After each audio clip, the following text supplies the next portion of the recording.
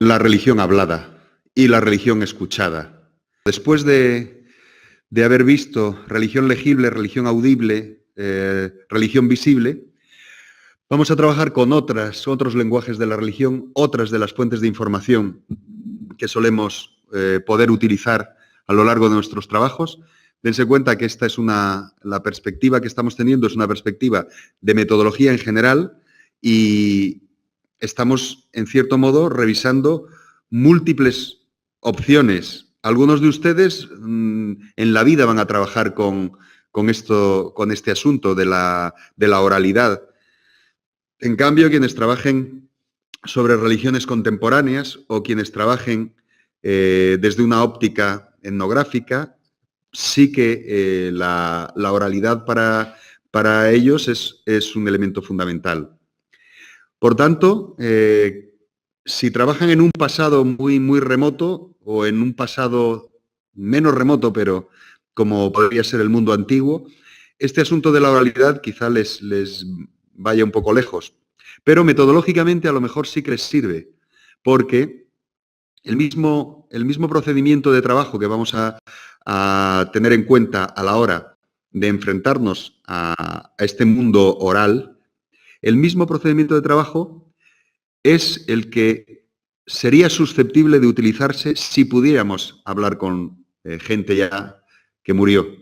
E incluso, si se dan cuenta, es también susceptible de utilizarse a la hora de enfrentarnos a nuestras lecturas de nuestros colegas. Nuestros colegas, en cierto modo, se les puede, o hasta nosotros mismos realmente, se les puede mirar, y así es como me figuro que estarán ustedes haciendo la mirada hacia Elíade, se les puede mirar como si fuera un mundo de oralidad.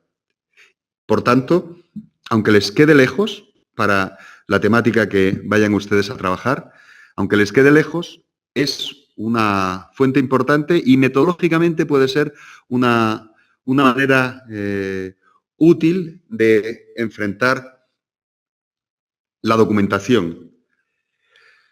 Los testimonios que podríamos llamar de carácter etnográfico en sentido extenso, que incluiría también la etnografía histórica, o si quieren llamarlo, la historia oral. Esta religión, que no es solo legible, aunque utilice las palabras, es una religión que podríamos denominar como religión hablada. ¿Desde cuándo la podemos testificar? Pues desde épocas muy remotas realmente. La religión hablada, en cierto modo, está detrás, si lo miran ustedes de ese modo, de cualquier obra biográfica. Cualquier obra biográfica funciona de esta manera y tiene que ser tratada con el mismo cuidado y el mismo cuidado crítico que podríamos tener con un interlocutor del presente. Es fundamental para el conocimiento de ciertas religiones que no tienen otro cauce de transmisión, puesto que son religiones que no se manifiestan por medio de lo legible, o si se manifiestan por medio de lo legible es por medio de la intermediación de quienes han escuchado y convertido en palabras esa religión, es decir, por medio de la observación y por medio de los trabajos que clásicamente se llaman etnográficos. ¿Cuál es el problema principal de la oralidad? Que incluye un nuevo filtro, un filtro interpretativo. En muchos casos ese filtro interpretativo, cuando estamos mirando una oralidad transmitida, por ejemplo, Heródoto transmite oralidades, transmite lo que a él le contaron, lo que le contaron los egipcios, lo que le contaron en Mesopotamia, lo que le contaron en diversos lugares del Asia cercana al mundo griego que él visitó. Estuvieron contando toda una serie de cosas. Y, por tanto, dense cuenta que estos asuntos de oralidad pueden tener una vigencia temporal muy larga cuando estamos trabajando con este este tipo de fuentes. No son comunes, pero cabe la posibilidad de que tengamos algo de eso, algo de esa oralidad. ¿Qué ocurre? Que hay filtros. El filtro de nuestro intermediario, el filtro interpretativo que muchas veces deforma el objeto a estudio y que tiene, en esa deformación tiene mucho que ver la moda, las modas de cada momento. Épocas, lo veremos, épocas en las cuales se pensaba que las religiones, entre comillas, que ellos llamaban primitivas, no habían cambiado desde la prehistoria. Es decir, que pensaban que había como un sustrato intemporal desde los orígenes hasta el presente en ese tipo de religiones. Si te enfrentas a esa oralidad desde ese preconcepto, evidentemente hay una clarísima deformación. La deformación que hacían muchos de los funcionalistas. Los grandes antropólogos funcionalistas muchas veces hacían ese tipo de deformación. Pensaban que el cambio no era sustancial en esas sociedades. Se planteaban como sociedades sin cambio, como si eso pudiera ser. El gran choque lo tenían, evidentemente, con los historiadores, puesto que los historiadores, la sensibilidad principal que tiene un historiador es la sensibilidad hacia el cambio, hacia la transformación. Entonces ahí había esos choques que llevaban a estas deformaciones que provienen de quien escucha y de quien transmite. De quien escucha y de quien transmite. Una doble deformación al escuchar y al convertirlo eso en palabras para transmitir a otros. Además, por supuesto, de la deformación que pueda surgir del propio interlocutor. Sobre todo ocurría en la antropología colonial, pero todavía pueden encontrarlo ustedes. Si trabajan ciertos temas, que seguramente algunos de ellos los van a terminar trabajando, los temas, por ejemplo, de minorías religiosas. Si ustedes trabajan en minorías religiosas, cabe la posibilidad, y eso Manuela Cantón es especialista en estos planteamientos metodológicos, y seguro que alguno de ellos le han leído o le han escuchado de estos problemas metodológicos de base. ¿Qué es lo que ocurre? Que el interlocutor en muchos casos o en algunos casos puede estar diciéndote lo que él cree que tú quieres escuchar. Ahí hay un sesgo que no sé si se dan cuenta que es el tercer sesgo que estamos aquí detectando en los problemas de oralidad. Y es que el discurso de tu interlocutor esté adaptándose a lo que estima que tú quieras escuchar o a lo que estima que tú debas transmitir. Porque a veces en el trabajo de este tipo de trabajo etnográfico, ¿qué es lo que, cómo actúa el investigador? Pues en cierto modo actúa como un intermediario entre la sociedad a la que termina derivando el producto que él está realizando, ese producto que es una entrevista, el desarrollo de la información que hay en una entrevista, y ese público final puede determinar también la transformación del propio discurso de la persona que te esté hablando.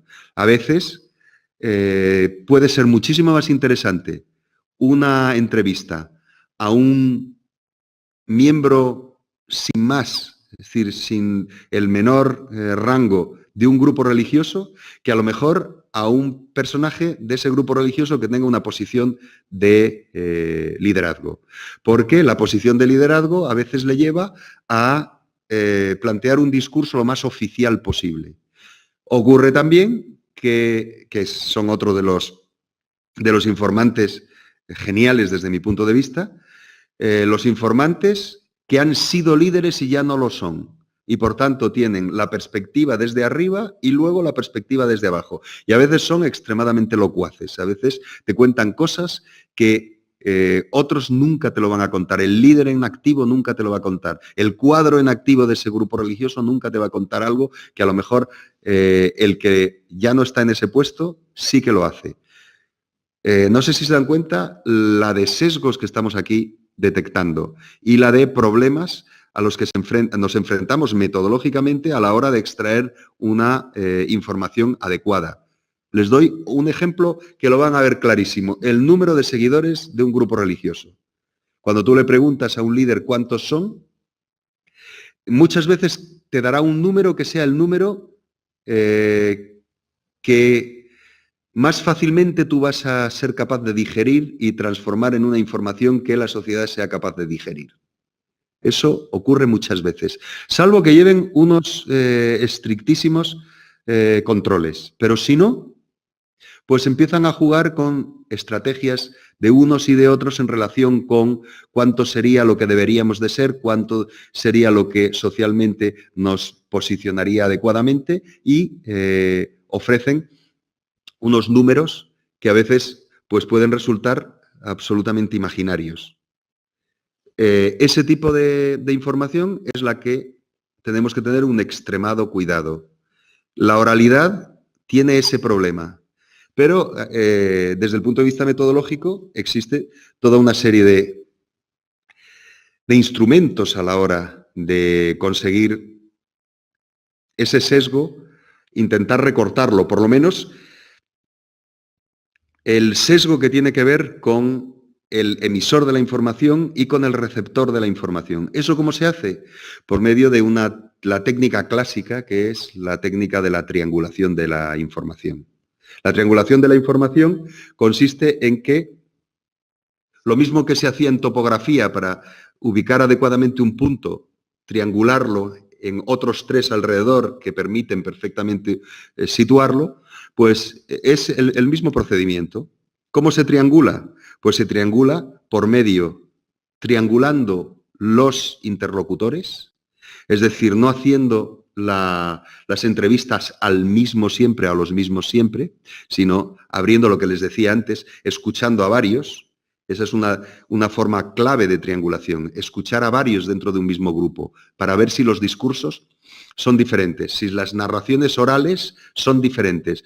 Siempre son diferentes, porque la percepción es siempre diferente, incluso hasta de la misma cosa. Si quieres, estás trabajando sobre un tema determinado y quieres que te cuenten cómo ha sido una ceremonia de tal tipo o de tal otro, si te lo cuentan distintas personas, probablemente te estén dando narraciones diferentes. Esa es la primera triangulación, la triangulación que tiene que ver con el emisor. Y luego la triangulación que tiene que ver con el receptor. Y eso nos lleva a que metodológicamente tengamos que aceptar nuestra caducidad como investigadores y en este caso como escuchantes. ¿Por qué? Pues porque cuando estás escuchando, cuando estás en la posición de recibir esas palabras que te están contando, tú ahí interpretas, tú ahí deformas por tu propio modo de acercarte, por tu propia posición en el campo. ¿Cuál es la manera de evitar esa triangulación o por lo menos mitigarla? Incluir otra persona. Es decir, no solo la primera triangulación que les decía, entrevistar a varias personas del grupo, sino que sean varias las personas que entrevisten, que sean varias las personas. Es decir, que no haya siempre la misma persona que sea la que tome las notas, la misma persona que sea la que esté en ese trabajo de revisión. Y siguiente paso, la tercera triangulación es la triangulación del tiempo, que es también una triangulación fundamental. La triangulación del tiempo que consiste en determinar un momento de trabajo con ese grupo y un momento posterior. Esa triangulación del tiempo otra vez nos obliga a los investigadores a aceptar la caducidad de nuestra posición en el campo. No somos los primeros ni vamos a ser los últimos. Somos un momento del trabajo. Vendrán gente después de nosotros que utilizarán las informaciones que nosotros hemos producido. No sé si se dan cuenta esta triple triangulación. Y en esa triple triangulación es la que permite conocer no solo el presente, sino varios puntos de presente. Y es quizá la que podemos echar más de menos en las grandes monografías antropológicas y etnográficas del pasado, sobre todo estas que les digo, producidas por el funcionalismo, porque eran como obras de un antropólogo, que en muchos casos hacían famoso a ese antropólogo. Eran las grandes obras de referencia. Los Nembú, el antropólogo se dedicaba a tal, el antropólogo se dedicaba a tal otro, y es que se asociaban con ese grupo. Y era como un momento parado. ¿Qué es lo que ocurre? Que esas, entre comillas, grandes, son en algunos casos obras maravillosas, preciosas de estudio de religiones, tienen el problema del tiempo, de cómo ese tiempo se refleja o no se refleja. Un caso que tienen, desde mi punto de vista, muy interesante es el de Lluís Maillard. Lluís Maillard trabajó durante muchos años en su posición primera como misionero y luego como antropólogo, misionero desmisionerizado y convertido en antropólogo con los Ebusok. Y entonces él tiene una primera gran etnografía sobre los Ebusok y luego vuelve años y años después y refleja muy bien cómo se ha producido la transformación y el cambio en esa sociedad. Pero curiosamente también refleja cómo él se ha convertido para los Ebusok en un miembro de la memoria, porque se acordaba de la gente con la que había hablado, gente en algunos casos ya difunta, y él era el intermediario con esa memoria del pasado. No sé si se dan cuenta lo bonita que es esa posición, por una parte, y lo interesante que resulta desde ese punto de vista la oralidad, la labor de trabajo oral, de recopilación oral. Él tenía las grabaciones, era capaz de ponerle las voces de gente que eran abuelos suyos o que eran ancianos del pasado, y era capaz de poner esas voces. Entonces, ahí tenemos una triangulación y otra cosa más, y es el interés que tiene este tipo de trabajos que se centran en el mundo de la oralidad, el interés que tienen como reflejo documental. Y por eso es tan importante documentar adecuadamente todo esto. Es un elemento fundamental, la documentación, documentar que no se pierdan esas grabaciones, que esas grabaciones estén bien custodiadas, porque tienen que custodiarse para el futuro, para un futuro en el que a lo mejor lo retomas tú o tu grupo de investigación, pero a lo mejor un futuro en que lo retoma otro grupo de investigación, que en algunos casos hasta puede ser de otro país, porque cada vez se tiende más a la interconexión entre grupos de investigación y a el que unos sigan el trabajo de otros con la finalidad de algo que ahora mismo es clave y que evidentemente metodológicamente es fundamental, ya les lo he dicho antes, es tener en cuenta el cambio, tener en cuenta cómo se transforman las sociedades y cómo las sociedades, las narrativas en el interior de las sociedades siempre están en proceso de transformación y en mayor medida con la globalización en la que estamos ahora mismo insertos y llevamos tiempo insertos, ¿no? Vamos a centrarnos en este asunto de la mirada etnográfica en alguien que les he citado hace un momento, que es Heródoto. Heródoto, ¿por qué nos es tan interesante? Hay un libro de François Hartog que se llama El espejo de Heródoto, Le Miroir d'Hérodote, el espejo de Heródoto. ¿Qué es lo que ocurre con Heródoto? Pues lanza una mirada helenocéntrica, centrada en la mirada griega hacia sus vecinos orientales, sus vecinos nórdicos. ¿Y qué es lo que hacen? Pues a veces cosas que nosotros cabría la posibilidad que hiciéramos si no tenemos mucho cuidado. En este mundo de el trabajo con la religión hablada, pero si quieren abrirlo más, cualquier tipo de trabajo en un contexto en que tengamos que utilizar documentación diversa, documentación principalmente de la ahora mismo, documentación de este tipo.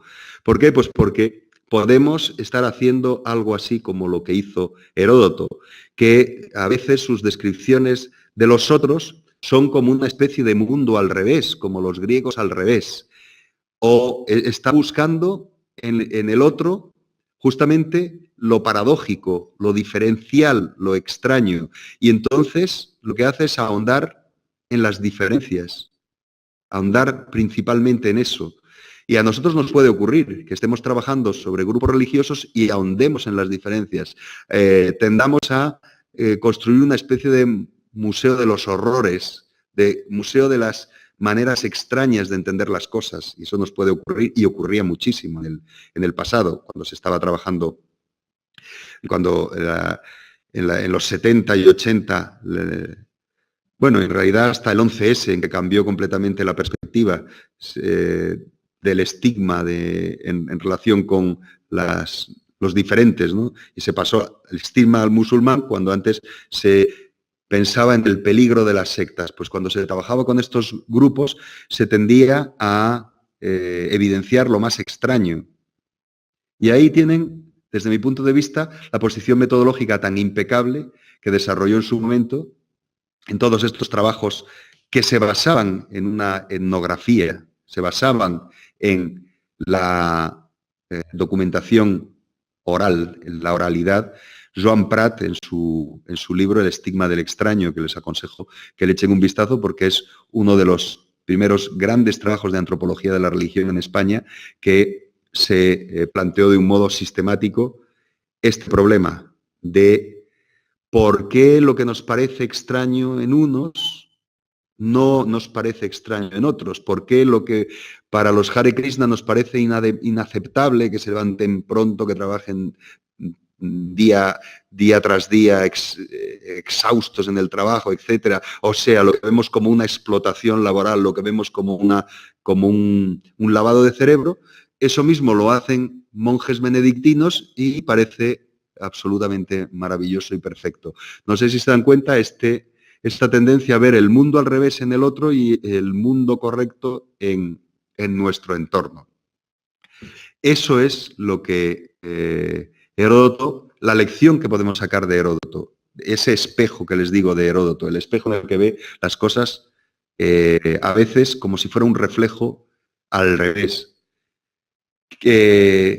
Con el preconcepto, y no sé si se dan cuenta que estoy ahondando en el problema de la posición, cuando se trabaja en historia oral, de la posición de quien escucha.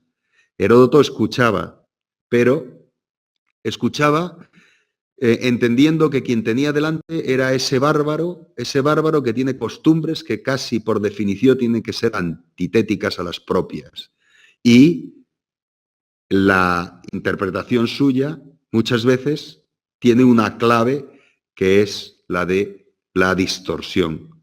Ese es el gran problema de deformación que tenemos desde este, entre comillas, llamado, como se llamaba Cicerón, el padre de la historia, desde este padre de la historia, que en cierto modo también es el padre de la etnografía o el padre de la antropología, porque de Heródoto, de la metodología de Heródoto, pues surgen todos estos caminos que son caminos bien problemáticos en un caso y en el otro. El método de Heródoto nos acecha, ese método que es el método de la autocomplacencia, de quien escucha desde una posición superior y que puede deformar completamente, no solo porque tus ojos deformen, como le ocurría a Heródoto, sino porque el posicionarte en el campo, en este mundo de la oralidad, posicionarte en el campo desde una situación, un rol, si quieren llamarlo, un rol de investigación, un rol de presencia, realmente es eso, un rol de presencia, que la otra parte lo puede tomar como superior, lleva a que te digan lo que quieras escuchar. Entonces hay que tener cuidado con eso. Esa deformación está presente en la mayoría de los testimonios que ha legado la etnografía, por lo menos hasta bien entrado el siglo XX, porque esa tendencia al, entre comillas, lo podríamos llamar error metodológico, que no es solo religiocentrismo, aunque también hay detrás esa posición, puede haber una posición religiocéntrica o una posición etnocéntrica, pero también está la propia mala interpretación del rol en el que estás posicionándote en el campo. Claro, y lo que nos encontramos es que la mirada sobre lo ajeno se puede convertir en muchos casos en un mero reproche, además de, por supuesto, en un arma de destrucción cultural. Ese es uno de los grandes retos metodológicos que estamos. ¿Qué es lo que ocurre? Pues otro ejemplo les va a abrir los ojos de nuevo. Ahora mismo, algo que no se dieron cuenta en su momento, salvo algunos, ya les he dicho, Petazzoni, por ejemplo, se dio cuenta, pero Boas no se dio cuenta. Boas, el gran constructor de la antropología norteamericana, no se dio cuenta de lo que estaba haciendo el padre Smith. Sí, efectivamente, la etnografía ha depurado los instrumentos de análisis a partir de los años 50, pero antes cupieron gravísimas distorsiones. La escuela de Smith, esa idea del urmonoteísmus que se convirtió en una clave de su entrada en el campo, la entrada en el campo del propio Smith, y estamos hablando de Smith y su grupo de investigación, la llamada Escuela de Viena, principalmente enfocaban sus trabajos a sociedades que podríamos denominar de este tipo, en que la documentación es una documentación oral. ¿Qué es lo que planteaban? Pues desde el principio una hipótesis que tenían que demostrar. El mero hecho, ahora me entenderán mejor lo que estuvimos hablando en su momento, el mero hecho de que la posición en el campo sea tan fuerte como que el que se pone a un lado de la mesa o a un lado del fuego cuando esté planteando sus preguntas esté completamente convencido de lo que quiere encontrar, que es el monoteísmo primitivo, que era lo que quería encontrar, eso solo distorsiona completamente el campo. El otro lado de la mesa o el otro lado del fuego te tenderá a decirte lo que tú crees lo que él cree que tú quieres escuchar. Y puede pensar, si las preguntas las haces de una manera determinada, puede pensar que tú quieres escuchar lo que quieres escuchar, principalmente en los ámbitos coloniales, qué es lo que podían intentar, qué es lo que podían creer que alguien con un Salakov podría querer escuchar. Pues que eran monoteístas y no politeístas, porque sabían que uno de los planteamientos más estigmatizados por parte de los coloniales, los blancos coloniales, era justamente la idea del politeísmo. Por tanto, buscaban y encontraban en este caso. En otros casos, ¿qué es lo que ocurre? Pues las características personales de quien hace el trabajo de campo les lleva a descuidar ciertas realidades que pueden ser muy importantes. La mayoría de los investigadores han sido varones. ¿Y qué ha ocurrido? Que mucho de los estudios sobre las culturas femeninas y los ritos femeninos no se conocían de la misma manera que sí se conocían los ritos de varones. Fuera del alcance han quedado pues los ritos iniciáticos de mujeres, han quedado menos estudiados que los ritos iniciáticos de varones, entre otras cosas porque los varones no podían iniciarse en los conocimientos ni en las cosmovisiones femeninas. Por tanto, ahí hay todo un sesgo que tiene que ver, un asunto más, tiene que ver con el género, con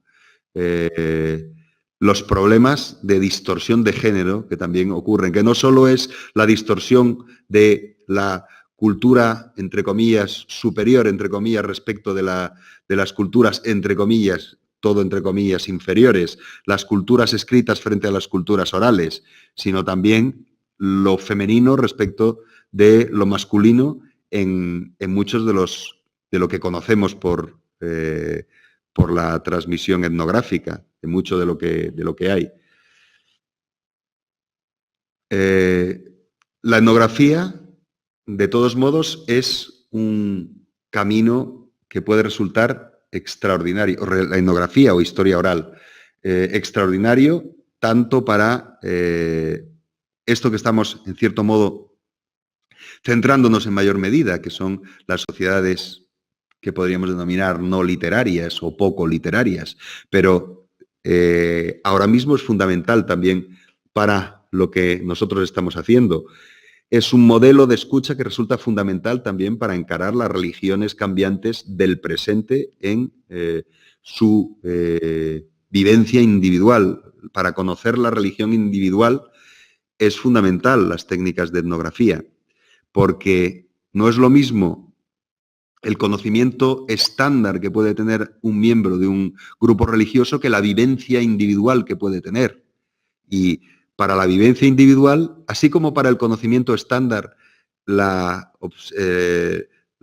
métodos etnográficos pueden resultar, pues incluso hasta contraproducentes, porque te va a decir lo mismo uno y otro y otro y otro. Por ejemplo, estás trabajando sobre el budismo y les preguntas sobre la figura de Buda, pues muy bien te van a decir casi todos algo muy parecido. Pero si les preguntas sobre la vivencia personal, ahí es donde puede ser muy relevante la información por este camino.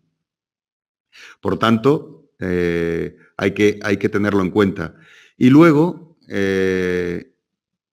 tenemos que estas formas de aproximación documental que nos ofrece la historia oral, si quieren llamarlo así, la oralidad, la etnografía, nos permiten entrar más allá de, en muchos casos, la barrera de lo social, la barrera esta de la piel, los universos de manifestación de la religión íntima.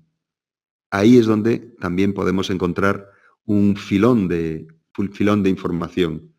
Y ese filón de información nos puede resultar particularmente interesante si lo que queremos es ver cómo se vive esa religión.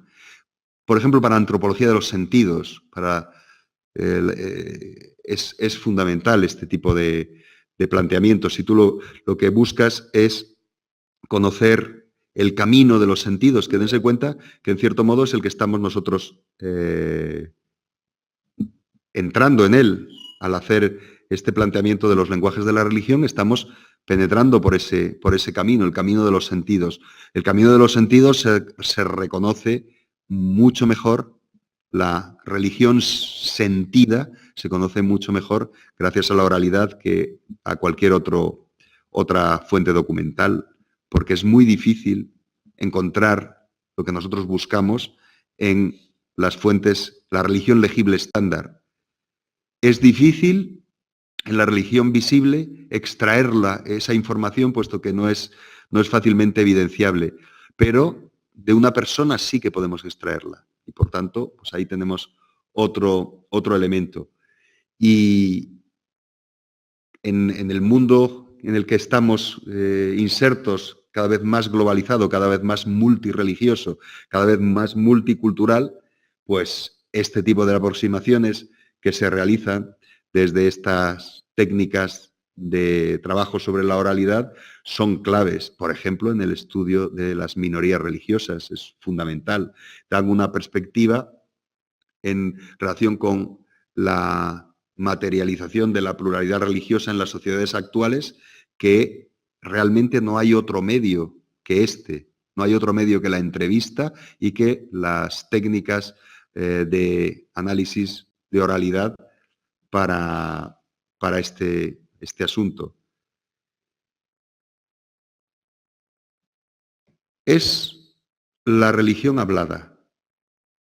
Y en una acepción extensa de la misma, hemos visto que la etnografía es la que se dedica a estudiarla y conocerla con todo el método etnográfico, que es un método bien construido desde hace décadas y décadas y bien planteado como un método cerrado. Aunque, como se están diluyendo, y lo hemos estado viendo, se diluyen cada vez más las fronteras entre unas ciencias y otras, lo que les he estado hablando, nombramos normalmente esto técnicas etnográficas, pero son técnicas que podríamos denominar también de historia oral.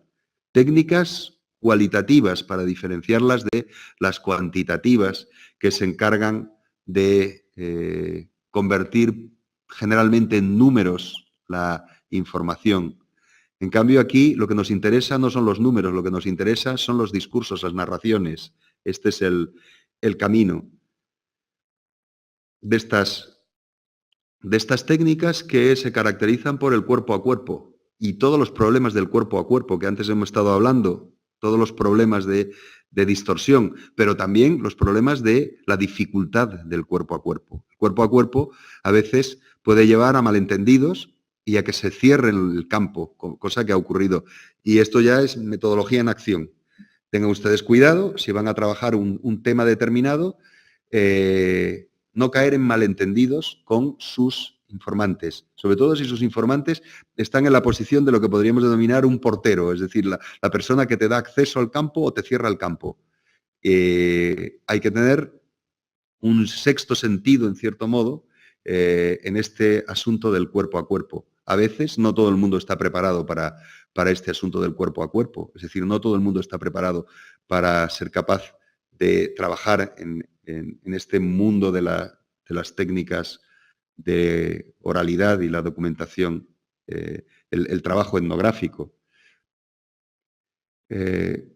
A veces es el único cauce que hay para conocer ciertas cosas, incluso de religiones actuales, es el único cauce. Entonces ténganlo en cuenta y en la entrada en el campo hagan una entrada lo más, ya les aconsejo, lo más suave posible para que no se cierre el campo, que ha ocurrido a mucha gente que ha intentado empezar, pues por ejemplo, tesis doctorales o ha intentado empezar un trabajo de investigación y cuando llevaba invertido una serie de meses, se ha cerrado completamente ese campo y se acabó su trabajo de investigación. Esto también es un conocimiento metodológico.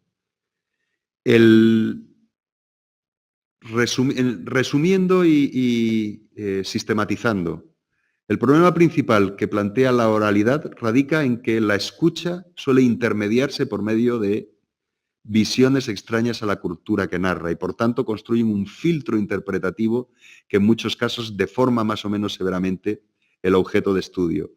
Esto que les decía antes de las modas, esto que les decía antes de los modelos de interpretación vigentes en cada época. La fuente oral, ¿qué ocurre? Que nos llega mediatizada por quien llevó la conversación y estos dos lados de la interlocución que hemos estado antes hablando. Puede parecer una fuente endógena, que a veces nos ocurre eso, que nos interesan más las fuentes endógenas que las exógenas. Nos interesaría mucho más lo que decían los sacerdotes egipcios que lo que Heródoto decía que decían los sacerdotes egipcios. Es decir, nos interesaría mucho más y nos hubiera sido mucho más una documentación mucho más interesante una fuente endógena que una fuente exógena. Pero a veces lo que nos ocurre es que puede parecer la oralidad que estas técnicas de religión hablada, pudieran parecer una fuente endógena, es decir, que habla entre comillas, el nativo. Es decir, que estamos accediendo al discurso de la sociedad no intermediada por nuestra mirada, pero no es así. no es así. En un contexto como es el de la conversación y las posiciones de la conversación, no podemos decir que es una fuente endógena. Nos llega por medio de vehículos exógenos, salvo casos excepcionales y a veces muy problemáticos, como el etnógrafo que pertenece a la misma cultura que estudia, pero que desde el momento en que lanza la exigente mirada del estudioso, deja de ser un nativo realmente para transformarse en un otro. Y esto ocurre en muchos casos en la etnografía que se hace, por ejemplo, en Iberoamérica, que a veces te encuentras con que los etnógrafos surgidos de los propios grupos culturales tienen unos discursos, tienen un empoderamiento dentro de esos propios grupos que terminan transformándolos en algo diferente del propio nativo. Realmente, lo que nos encontramos es, en fin, unas barreras metodológicas muy importantes que terminan deformando de un modo en que detectamos en alguna manera el religiocentrismo o el etnocentrismo, que se intentan soslayar por diversos métodos, sobre todo en las formas que ahora denominaríamos postcoloniales o decoloniales de investigación. ¿Qué hacemos entonces, ya resumiendo? Pues lo mismo que nos ocurría con el religiocentrismo. La toma de conciencia de la posibilidad de la existencia de esa deformación marca ya un paso hacia la consecución de una mirada y una escucha diferente. Una escucha diferente, por ejemplo, a la que hemos caracterizado como la de Heródoto, es decir, la escucha que determina la diferencia entre el otro y el nosotros y el otro, el objeto de estudio frente al que lo estudia. La conversión, la cosificación de quienes estamos estudiando en objetos. Ese es uno de los grandes problemas problemas metodológicos que a veces es insoslayable, porque tendemos hacia nuestros modelos de pensar el mundo tienden hacia la cosificación. Entonces se convierten en objetos de estudio, no en sujetos. No se convierte en una investigación intersubjetiva entre dos sujetos que tienden a un discurso en paridad, sino que se convierte en ese juego de la cosificación, que también era un juego en el mundo antiguo, cuando planteaban que ciertas personas, por ejemplo, para Heródoto un bárbaro, ciertas personas podían convertirse en cosas, en instrumentos que hablaban, como era la definición clásica del esclavo. Ya saben que los bárbaros eran esclavizables. Entonces, fíjense la terrible herencia que nos cae desde el propio Heródoto, entendido como uno de los primeros que podemos usar en el mundo occidental, en la cultura occidental, para enfrentarnos al dilema de la oralidad que estamos viendo. Entonces, ¿cuál es el camino? Pues este camino de toma de conciencia.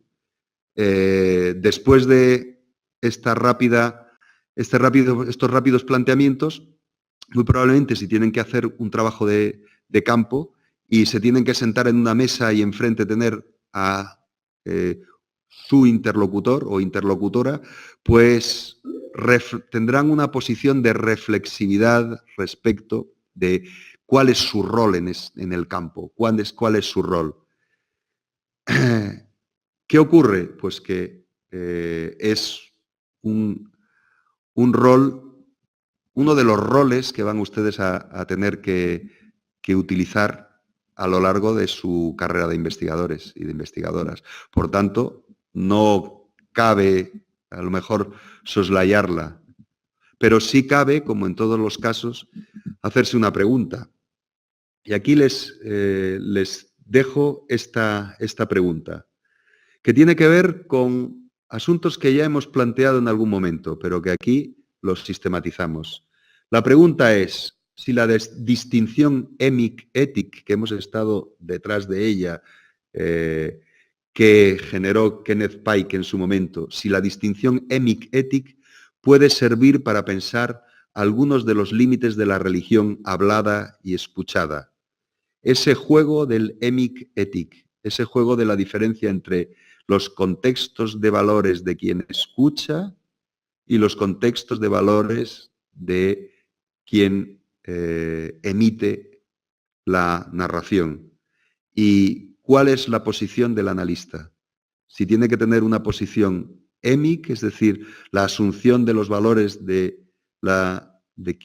quien le habla, o si tiene que jugar con la posición de, en cierto modo, quien está inserto en unos modos que podríamos denominar científicos, entre comillas, en esa conversación. Es una pregunta que les dejo abierta, pero que tiene a veces muy difícil contestación. Y en mayor medida, si se dedican ustedes, y esto es algo que hemos hablado en algún momento, si se dedican ustedes a un tema como el de las minorías religiosas. Porque, ¿qué pueden hacer? Optar, si están estudiando el budismo, por hacerse budistas. Y si el año siguiente están trabajando sobre la ortodoxia, hacerse ortodoxos. Y si el año siguiente trabajan sobre el Islam, hacerse musulmanes. O la otra solución, mirar a los interlocutores como si fueran objetos como esto que les decía antes de la cosificación, objetos para analizar, un objeto parecido a lo que podría ser un elemento en un laboratorio. Les he dado los dos extremos, casi en caricatura, pero se darán cuenta que no se trata de un tema baladí por una parte y por otra parte requiere, ya se lo he dicho muchas veces, la contextualidad, ser contextuales en relación con el trabajo que estemos realizando.